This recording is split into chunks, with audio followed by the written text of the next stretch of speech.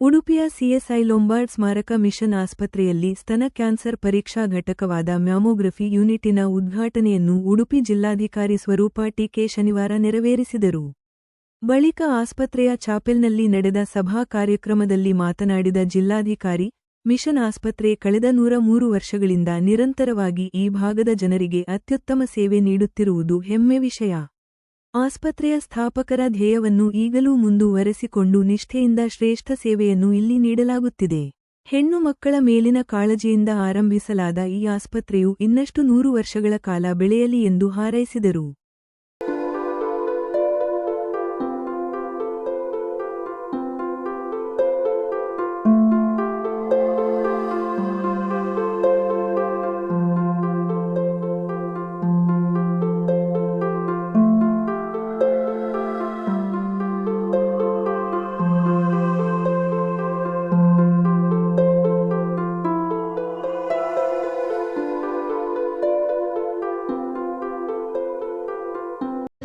The softness is there for women and children, and that has been possible because you were led by a woman. So I think that is an example for how women can sustain over time. Of course, I'm not bringing down the contribution of men at all. Without them, this doesn't happen at all. But ಅವರು ಛಲ ಬೇಕಂದ್ರೆ ಹೆಣ್ಮಕ್ಳಿಗೆ ಸಾಧ್ಯ ಅಲ್ವಾ? So I wish the organization, this institute, the very best, and I'm very happy that you have such a good screening unit, and I hope more and more women are able to access this and take part of it. Even ಸ್ವಲ್ಪ awareness ಬೇಕಾಗುತ್ತೆ ಅಂತ ಕಾಣುತ್ತೆ, but you have lot of people coming to you, so ಅವರೇ ಒಂದು ಮಾಡಬಹುದು ಅಂತ ಒಂದು confidence ನನಗಿದೆ, and things will spread by mouth of by word of mouth also.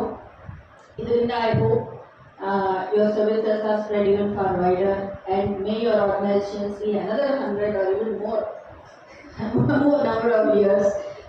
And once again, I would like to congratulate you and your organization and all of you for the human service that you are providing to the community. Thank you so much on behalf of the administration and also on behalf of every person in this.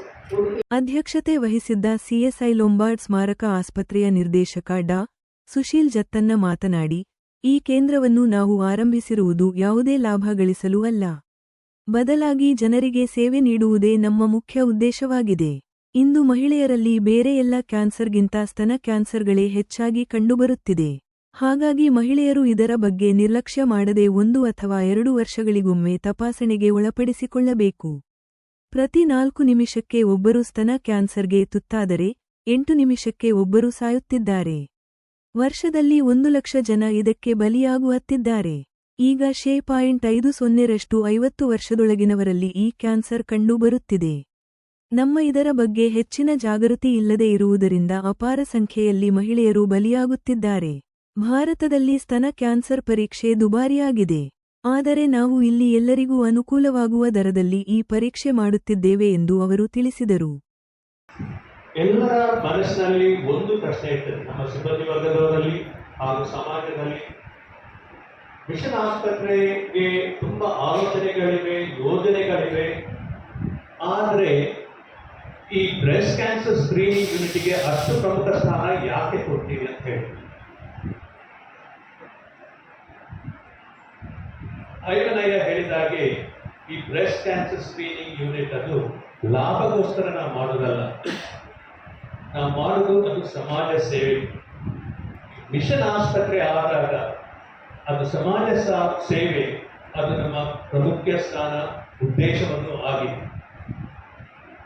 ಆದರೆ ಕೂಡ ಕೆಲವು ಕಾರಣಗಳಿವೆ ಯಾಕೆ ನಾವು ಇದಕ್ಕೆ ಅಷ್ಟು ಪ್ರಮುಖ ಸ್ಥಾನ ಕೊಡ್ತೇವೆ ಅಂತ ಹೇಳಿ. ಅದು ಯಾಕಂತ ಹೇಳಿದ್ರೆ, ಮೊದಲನೇದಾಗಿ ಬ್ರೆಸ್ಟ್ ಕ್ಯಾನ್ಸರ್ ಅದು ಮಹಿಳೆಯರ ಕ್ಯಾನ್ಸರ್ಗಳಲ್ಲಿ ಅತಿ ಸಾಮಾನ್ಯವಾದ cancer. Number 1 cancer among women is breast cancer.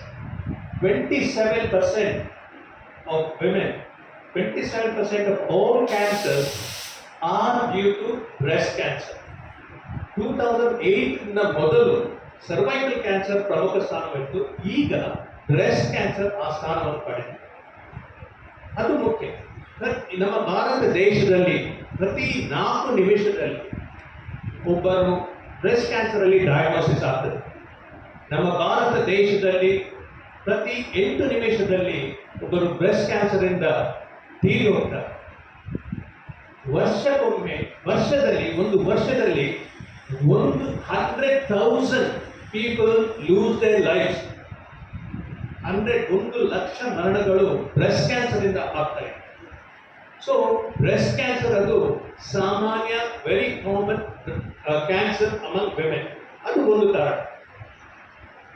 ಅದರ ಒಟ್ಟಿಗೆ ಒಂದು 2 ಭಯಪಡಿಸುವ ವಿಷಯಗಳನ್ನು ನಾನು ಹೇಳ ಬಯಸ್ತೇನೆ. ಅದೇನಂತ ಹೇಳಿದ್ರೆ, ನಾವು ಕ್ಯಾನ್ಸರ್ ಅಂತ ಹೇಳುವಾಗ ನಾವು ನೆನೆಸಲು ಸಾಮಾನ್ಯವಾಗಿ ಅದು ಪ್ರಾಯಸ್ಥರಿಗೆ ಕ್ಯಾನ್ಸರ್ ಬರುತ್ತಂತೆ. ಆದರೆ ಬ್ರೆಸ್ಟ್ ಕ್ಯಾನ್ಸರ್ ಅಲ್ಲಿ 2 ಒಲವುಗಳಿವೆ. There are 2 trends in breast cancer. Firstly, ಈಗ ಹೆಚ್ಚಾಗಿ ಬ್ರೆಸ್ಟ್ ಕ್ಯಾನ್ಸರ್ 50% ತನಕ ಬ್ರೆಸ್ಟ್ ಕ್ಯಾನ್ಸರ್ 50 ವರ್ಷದ ಒಳಗೆ ಆಗ್ತಾ ಇದೆ. So younger people are getting breast cancer ಈಗ, ನಾಟ್ ಓನ್ಲಿ ಓಲ್ಡ್ ಪೀಪಲ್.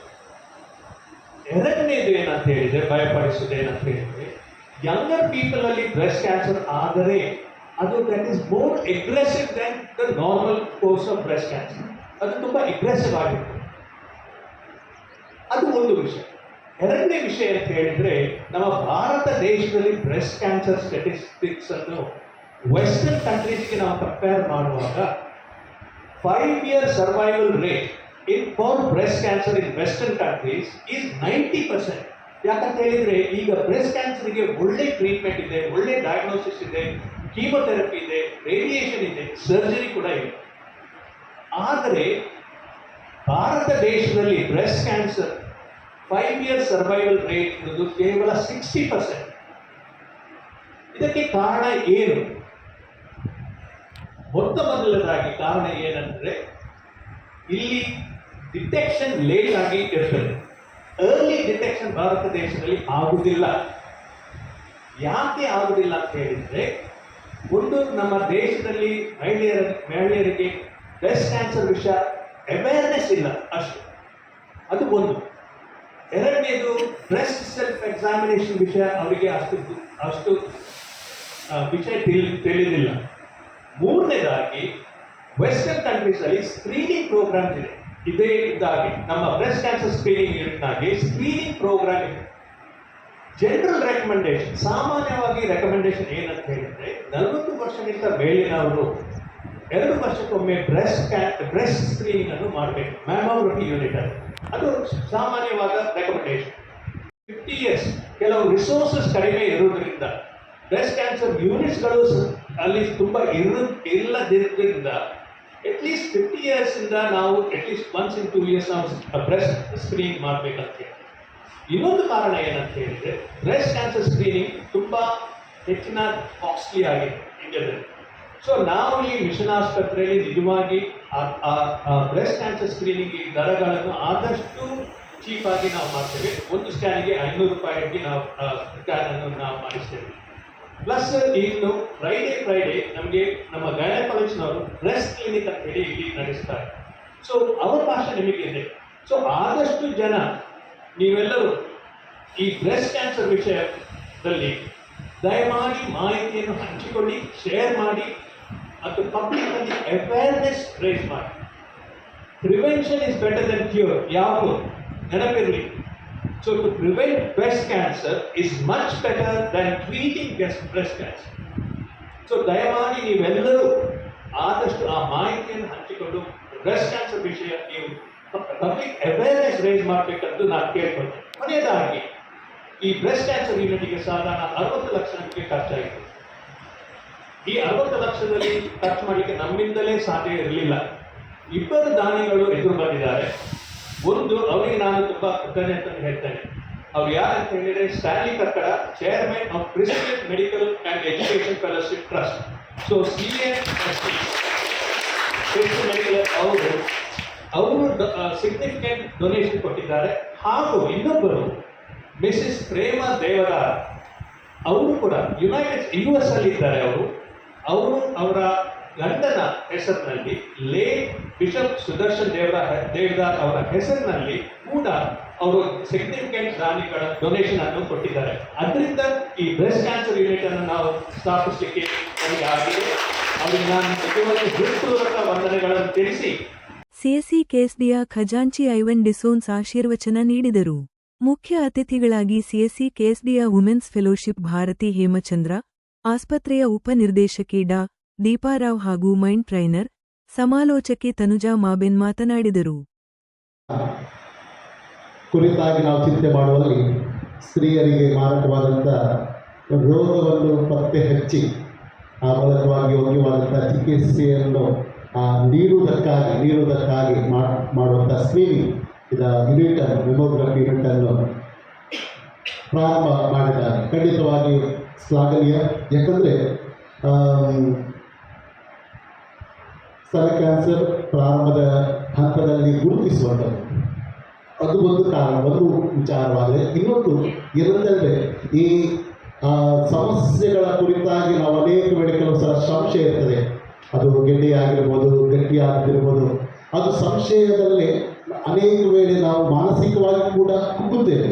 ಅದರಿಂದ ಈಗ ನಮ್ಮದೇ ಆಸ್ಪತ್ರೆಯಲ್ಲಿ ಒಂದು ರೀತಿಯಲ್ಲಿ ನಮ್ಮ ಭಾವನೆಗಳನ್ನು ಹಂಚಿಕೊಳ್ಳಬಹುದಾದಂಥ ನಮ್ಮದೇ ಸಂಸ್ಥೆಯಲ್ಲಿ ನಾವು ಯಾವಾಗಲೂ ತಾಯಿಮಗುವಿನ ಆರೈಕೆ ಕುರಿತಾಗಿ ಇಲ್ಲಿ ಚಿಕಿತ್ಸೆಗಾಗಿ ಬರುವಾಗ ಇಲ್ಲಿ ನಾವು ಸಮಾಲೋಚನೆ ಮಾಡುವಾಗ ನಮ್ಮ ಸಂಶಯವನ್ನು ದೂರ ಮಾಡಿ ಕೂಡ ಈ ಸ್ಕ್ರೀನಿಂಗ್ ಖಂಡಿತವಾಗಿಯೂ ಅದು ಸಹಾಯವಾಗ್ತದೆ. ಅದರಿಂದ ಈ ಮೆಮೊಗ್ರಫಿಯನ್ನು ಯೂನಿಟನ್ನು ಒಂದು ರೀತಿಯಲ್ಲಿ ಡಾಕ್ಟರ್ ಹೇಳಿದ ರೀತಿಯಲ್ಲಿ ಹೆಚ್ಚು ರೀತಿಯಲ್ಲಿ ಅದು ಒಂದು ರೀತಿಯಲ್ಲಿ ಲಾಭದಾಯಕವಾದಂಥ ಸೇವೆ ಅಲ್ಲ, ಬದಲಾಗಿ ಸ್ತ್ರೀ ಸಬಲೀಕರಣ.